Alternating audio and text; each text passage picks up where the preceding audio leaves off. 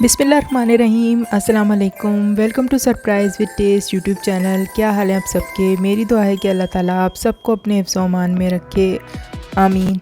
आज हम आपके साथ शेयर करने जा रहे हैं रमज़ानुल मुबारक के हवाले से सॉस की बहुत ही मज़ेदार रेसिपी, जो कि है खुबानी की खट्टी मीठी चटनी। और इसे हमने बिल्कुल चीनी वगैरह के बगैर तैयार किया है, इसमें कोई केमिकल प्रिजर्वेटिव भी ऐड नहीं किया। आइए शुरू करते हैं। इसके लिए यहाँ पर हमने खुश्क खुबानियाँ ली हैं, तकरीबन 125 ग्राम हैं, और इन्हें हमने तकरीबन 5-6 घंटे के लिए गर्म पानी में भिगो के रख दिया था और ये अच्छी तरह फूल चुकी हैं। इसे हमने तकरीबन 1-1.5 कप पानी में भिगोया था। साथ ही यहाँ पे हमने किशमिश भी ली है 1/4 कप, और इसको भी हमने हाफ़ कप नीम गर्म पानी में 4 घंटे के लिए भिगो के रख दिया था। यहाँ पे हमने इमली का गूदा लिया है, जो कि हम 3-4 चम्मच खाने के चम्मच इस्तेमाल करेंगे। अब सबसे पहले हमने अपनी खुबानी में से गुठलियाँ रिमूव कर दी हैं, और अब हम इसको अपने ब्लेंडर जग में डाल के अच्छी तरह से बारीक प्यूरी कर लेंगे। जितना बारीक हो सके उतना इसको हमने फ़ाइन कर लेना है। देखिए हमारी बहुत अच्छी प्यूरी तैयार हो चुकी है। इसी तरह हमने यहाँ पर किशमिश की भी प्यूरी बना ली है, और साथ ही हमने इमली के गूदे की भी अच्छी सी प्यूरी तैयार कर ली है। अब हमारे पास तीनों चीज़ें तैयार हैं। अब हम अपने सॉस पैन के अंदर सबसे पहले खुबानी का गूदा हमने ऐड किया है, फिर इसके बाद हमने इसके अंदर किशमिश का गूदा ऐड किया है, और साथ में यहाँ पर हम इसके अंदर ऐड कर रहे हैं इमली का गूदा, जिसको हमने प्यूरी कर लिया है। यहाँ हमने 3 टेबलस्पून फुल ऐड किया है।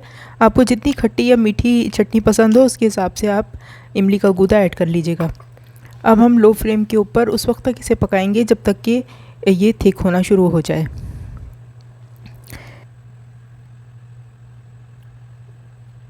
देखिए हमारी सॉस में बहुत अच्छा सा बॉयल आ चुका है। तमाम फ्लेवर्स एक दूसरे के साथ अच्छी तरह से ब्लेंड हो चुके हैं और सॉस थिक भी होना शुरू हो चुकी है। स्टेज पर हम इसमें स्पाइसेस ऐड करेंगे। चाट मसाला 1 टीस्पून, ज़ीरे का पाउडर 1/2 टीस्पून, साथ में ऐड करेंगे लाल मिर्च पाउडर 1 टीस्पून और काला नमक 1/2 टीस्पून। अब चटनी को हम स्पाइसेस के साथ उस वक्त तक पकाएंगे जब तक कि इसकी कंसिस्टेंसी थोड़ी सी थिक भी हो जाए और साथ ही स्पाइसेस का फ्लेवर भी ऐड हो जाए। हमें चटनी में पानी का कंटेंट बहुत कम रखना है। अगर पानी ज़्यादा होगा तो चटनी के ख़राब होने का चांस भी ज़्यादा होता है। देखिए हमारी चटनी अब काफ़ी हद तक थिक होना शुरू हो चुकी है और इसमें से काफ़ी मोटे मोटे से बबल्स भी निकल रहे हैं। स्टेज पर हम इसके अंदर 2 टेबलस्पून फुल विनेगर ऐड करेंगे। ये प्रिजर्वेटिव का भी काम देगा और इससे इसका फ्लेवर भी बहुत अच्छा हो जाएगा। अब हम 1-2 मिनट के लिए मज़ीद पकाएंगे ताकि हमारी जो सॉस है थोड़ी सी थिक हो जाए। तकरीबन 4 से 5 मिनट तक हमने मीडियम फ्लेम पे पकाया और इसके बाद हमने इसके अंदर ऐड किया है सिट्रिक एसिड यानी कि टार्टरी, तकरीबन 1/4 चाय की चम्मच यानी कि 1/4 टीस्पून। ये प्रिजर्वेटिव का काम भी देगी और इससे भी फ्लेवर में बहुत ही एक आपको अच्छा टच नज़र आएगा। अब इसके बाद हमने इसको 1-2 मिनट के लिए और पकाना है ताकि हमारी कंसिस्टेंसी रिक्वायर्ड जो कंसिस्टेंसी है उस पर आ जाए, थिकनेस हमारी जो हमें चाहिए वो मिल जाए। देखिए अब काफ़ी हद तक थिक हो चुकी है और ये चम्मच के साथ चिपकने भी लगी है, और जिस वक्त ये ठंडी होगी तो ये काफ़ी हद तक गाढ़ी भी हो जाएगी। बस इतना ही हमें इसको पकाना है, बहुत ज़्यादा थिक नहीं करना। देखिए हमारी बहुत अच्छी सी चटनी तैयार हो चुकी है। इसे अब हम ठंडा कर लेंगे और ठंडा करने के बाद साफ़ सुथरी और खुश्क बोतलों के अंदर इसको फ़िल कर लेंगे। इस चटनी को आप अगर एहतियात से फ्रिज के अंदर रखेंगे तो ये 1 महीने तक बिल्कुल ख़राब नहीं होगी, क्योंकि इसके अंदर हमने सिरका और सिट्रिक एसिड का इस्तेमाल किया है जो कि नेचुरल प्रिजर्वेटिव्स भी हैं।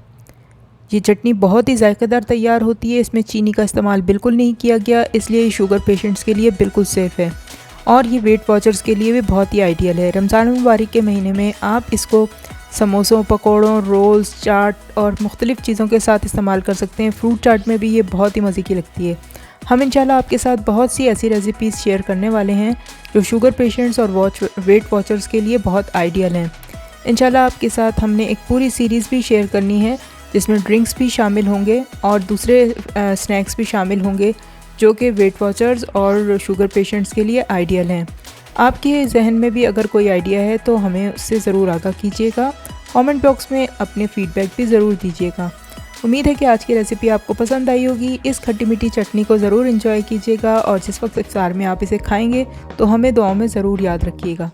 अगर रेसिपी पसंद आई है तो इसे लाइक कर लीजिए, चैनल को सब्सक्राइब कर लीजिए, बेल बटन को हिट कर लीजिए और अपनी दुआओं में याद रखिए। अल्लाह हाफिज़।